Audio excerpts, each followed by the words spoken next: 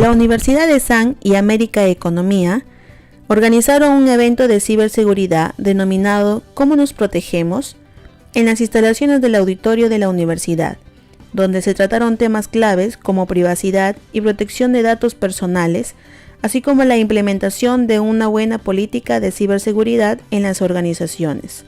A continuación, un breve resumen de las presentaciones. Muchas gracias por asistir a este importante evento. En primer lugar, quiero darle la cordial bienvenida a nombre del rector de la Universidad de San, el doctor Jorge Talavera Traverso, y también del decano de la Escuela de Negocios de San, el doctor Peter Yamacao. Hablar de ciberseguridad, evidentemente, es un tema de actualidad, un tema que nos toca a todos en calidad de usuarios de la tecnología de la información, de las entidades públicas que manejan sus sistemas y su información sensible a través del uso de las tecnologías de la información, y obviamente también a través del Estado, ¿no?, que administra no solamente información de los ciudadanos, sino también de la infraestructura crítica. Y hoy en día ha ido desarrollándose cada vez más la convergencia tecnológica. Algunos especialistas le llaman a esta era la era de la cuarta revolución industrial, ¿no?, donde las tecnologías convergen entre la parte física, la parte digital, inclusive la parte biológica.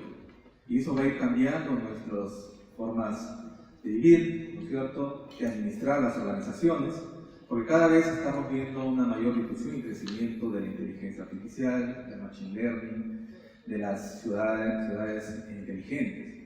Entonces, cuando se da esa situación, se abre obviamente un nuevo reto, ¿no?, combatir las ciberamenazas, que últimamente hemos ido siendo expectantes, ¿no?, de cómo se han ido dando una serie de eventos a diferentes entidades, ¿no?, tanto en el ámbito financiero, también como entidades públicas. Y es que las ciberamenazas tienen diferentes contextos y enfoques, ¿no? Algunos con una intención meramente delictiva, otros con búsqueda de dañar la imagen justamente de alguna entidad, el Estado, y obviamente también el funcionamiento, como habíamos comentado, de la infraestructura crítica. Eso hace evidentemente que este tema sea un tema de actualidad. Y ESAN, conocedor obviamente de este tema, es que busca crear estos espacios, en esta ocasión en coordinación con América Economía, para que converjan no solamente las entidades privadas, públicas, sino también la academia, ¿no?, que es nuestra responsabilidad de difundir estos conocimientos para que se abra un espacio de compartir conocimiento y podamos colaborar mutuamente, que es un poco la idea, y no solamente... Pero ¿qué cosa es ciberseguridad? Cuando hablamos de ciberseguridad es un término que en los últimos tiempos está bastante de moda, ¿correcto? En un inicio hablábamos de seguridad informática, de la manera como nosotros protegíamos la información en los medios digitales, en los medios computacionales. Después apareció el término de seguridad de la información, que vendría a ser el paraguas mucho más amplio, mucho más extenso, si nosotros queremos llamarlo de esa manera, para garantizar la confidencialidad, la disponibilidad y la integridad de la información en cualquier medio que sea soportado. Esto incluye personas, incluye medios análogos, medios digitales, una fotografía tal vez, un documento donde está el presidente del consejo directivo que acaba de firmar, una grabación, etc. Dentro de la seguridad de la información tenemos el paraguas un poco más pequeño de ciberseguridad, que garantiza justamente la confidencialidad, disponibilidad e integridad de infraestructuras críticas nacionales, infraestructuras críticas de información, datos personales y sistemas que se encuentran interconectados dentro de la red, es decir, el Internet y demás. Esa es la definición que nosotros podríamos alcanzar de ciberseguridad para poder entender un poco más sobre este término. Y cuando hablamos de ciberseguridad también hablamos de otros campos de acción dentro de la seguridad que nos permite justamente complementarlo. En este caso tenemos la seguridad de aplicaciones dentro del ciclo de vida de desarrollo de software, tenemos seguridad de datos, de protección de datos personales y seguridad del Internet. Correcto. Dentro de ello tenemos la seguridad de la información, que es un espectro mucho más amplio, y sobre la base de la protección de infraestructuras críticas, infraestructuras de información. Actualmente hablamos no solo de infraestructuras críticas nacionales, sino también podemos hablar de infraestructuras críticas de información, que proveen información ya sea a un país, a una organización específica, o tal vez algún tipo de entidad colaborativa entre países vecinos. Un lado también tenemos el tema de delitos informáticos, que nosotros bien sabemos que acá en el Perú tenemos un sinfín y un abanico muy interesante de delitos informáticos, que a veces no son tratados como nosotros queremos que sean tratados. Tal vez el aspecto de capacidad operativa es un poco reducido a nivel país para poder atender estos delitos informáticos, pero sí, evidentemente acá en el país tenemos delitos informáticos y la idea es poder tratarlos oportunamente. Y también el aspecto de la ciberprotección, que está más orientado también al aspecto militar, al ámbito militar que nosotros podemos coordinar dentro de un país. Objetivos de la ciberseguridad. Cuando hablamos de objetivos de ciberseguridad, hablamos de los 3 pilares robustos de seguridad de la información también. Garantizar la confidencialidad, la disponibilidad y la integridad de la información. Cuando hablamos de confidencialidad, hablamos de que la información no debe ser accesible por personas que no están debidamente autorizadas. Es decir, un informe, una base de datos, información con carácter de confidencial, información secreta, que nosotros queremos llamar en el aspecto militar, no debe ser accesible por personas que tal vez no están debidamente autorizadas. Disponibilidad, que la información esté allí cuando nosotros la necesitemos. No antes, no después, sino cuando necesitemos la información se pueda obtener, obviamente, en el momento y en la situación oportuna. E integridad, que nadie modifique la información, que nadie acceda a la información y haga una alteración de dicha información si es que no está debidamente autorizado también. ¿Correcto? Sobre la base de estos 3 pilares se pueden definir los objetivos de ciberseguridad en el ámbito nacional y dentro de cualquier organización. Cuando hablamos también de ciberseguridad, también hablamos de agentes de ataque, de amenazas. Entre ellos tenemos un abanico bastante importante e interesante de ataques que nosotros podemos recibir y agentes de amenaza que también pueden aprovecharse de esos ataques para poder ingresar a la organización aprovechándose de las vulnerabilidades que a veces nosotros podemos brindar. Hablamos de ransomware, de keylogger, gusano, virus, rootkits, spyware, etc., ¿no? El tema del ransomware, obviamente, tal vez estamos un poco más acostumbrados a esa terminología, porque en los últimos tiempos el ransomware, que es un tipo de malware, ha sido muy difundido, no solo acá en el Perú, tampoco en América Latina, sino a nivel del mundo. Y el último punto o el último principio, que está más enfocado a lo que es específicamente gobiernos y políticas públicas, es que sea relevante que las estrategias o las políticas públicas que se generen en materia de ciberseguridad sean relevantes a nivel global, que exista una relevancia global. ¿Y esto por qué? Porque los ciberataques, las ciberamenazas no siempre, en realidad casi nunca, están restringidas solamente al ámbito de un solo país. Los ataques se pueden dar de diferentes países. El ataque puede venir del país A y se percibe en el país B, y eso es algo totalmente natural, y es por eso que las políticas públicas deben internalizar esa realidad y regular en donde corresponda, entendiendo perfectamente de que debemos entender esas amenazas como algo que escapa mucho más allá de nuestra esfera de control. Bien, después de haber visto estos principios, que son en realidad los principios sugeridos por nosotros en función a las buenas prácticas que realizamos y en función a nuestra experiencia, voy a presentarles algunas de las que nosotros consideramos las claves para una buena política de ciberseguridad. En todas ellas claramente lleva embebido el tema de los principios. Si bien es cierto, existen muchas más áreas para enfocarse en términos de ciberseguridad. Para esta ocasión estamos resaltando solo algunas, en este caso 6, que consideramos muy importantes y que van muy de la mano con las principales preocupaciones de gobiernos y empresas en torno a seguridad cibernética o ciberseguridad.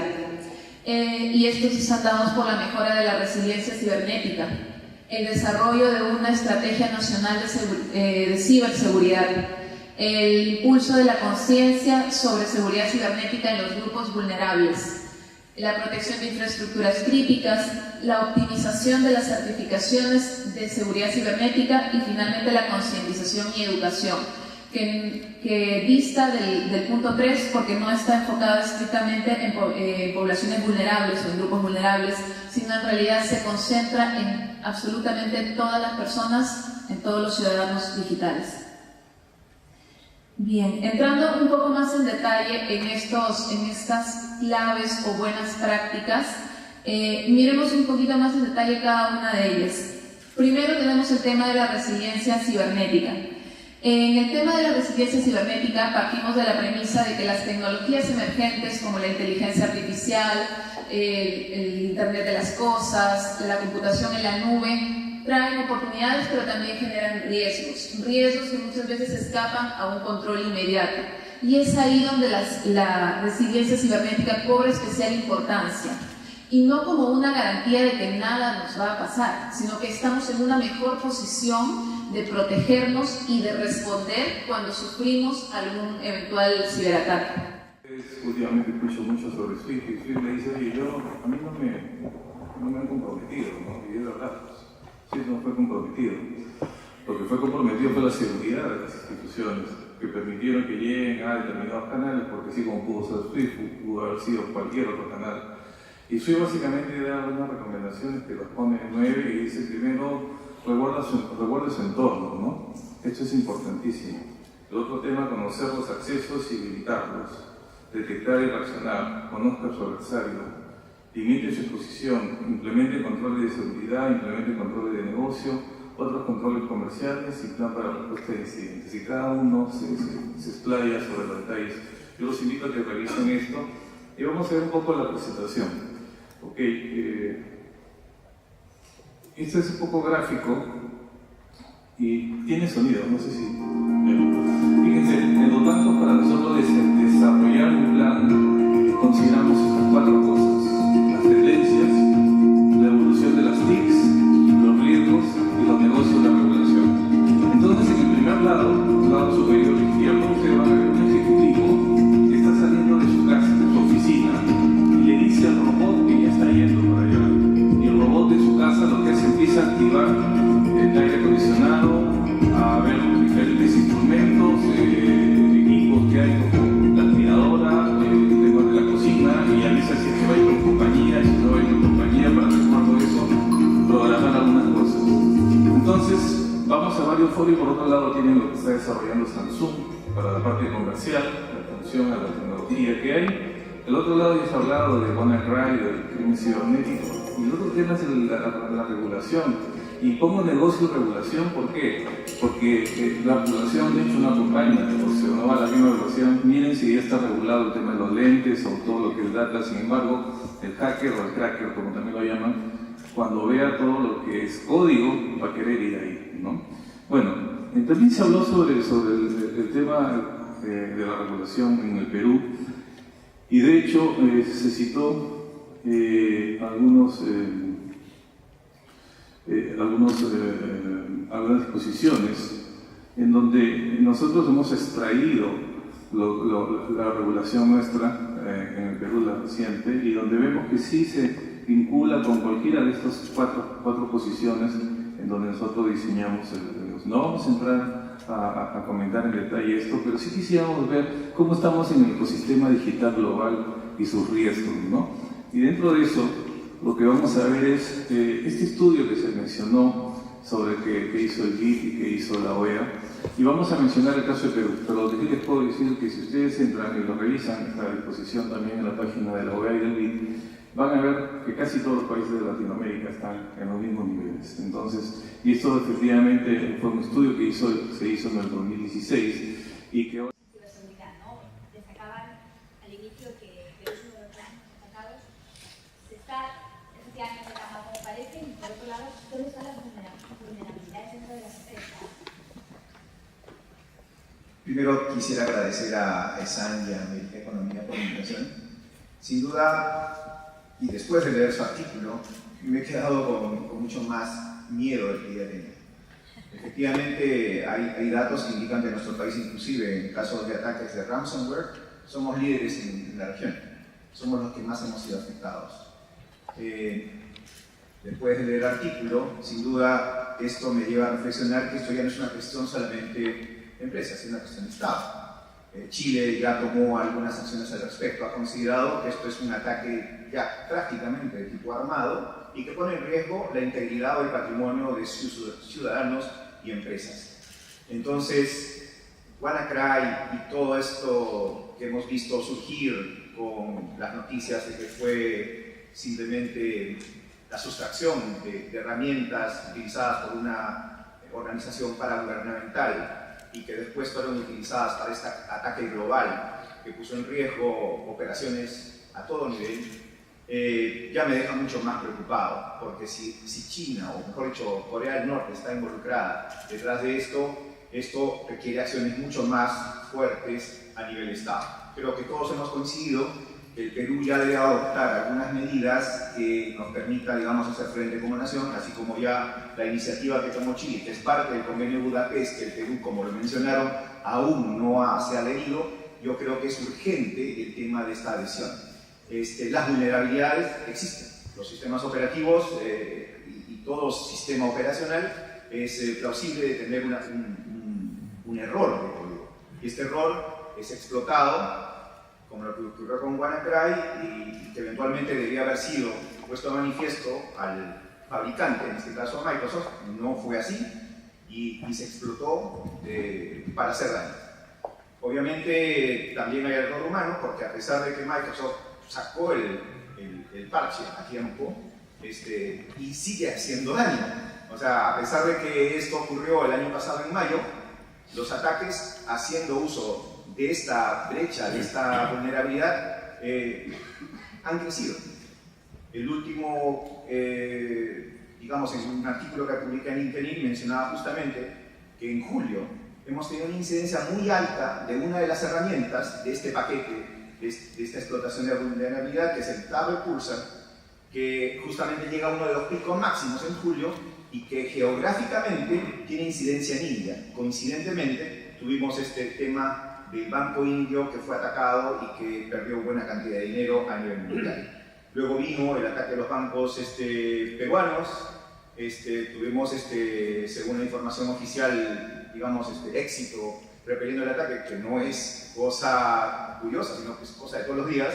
Y luego vino el tema chileno, donde se reportaron filtración de datos. O sea, la situación está ahí.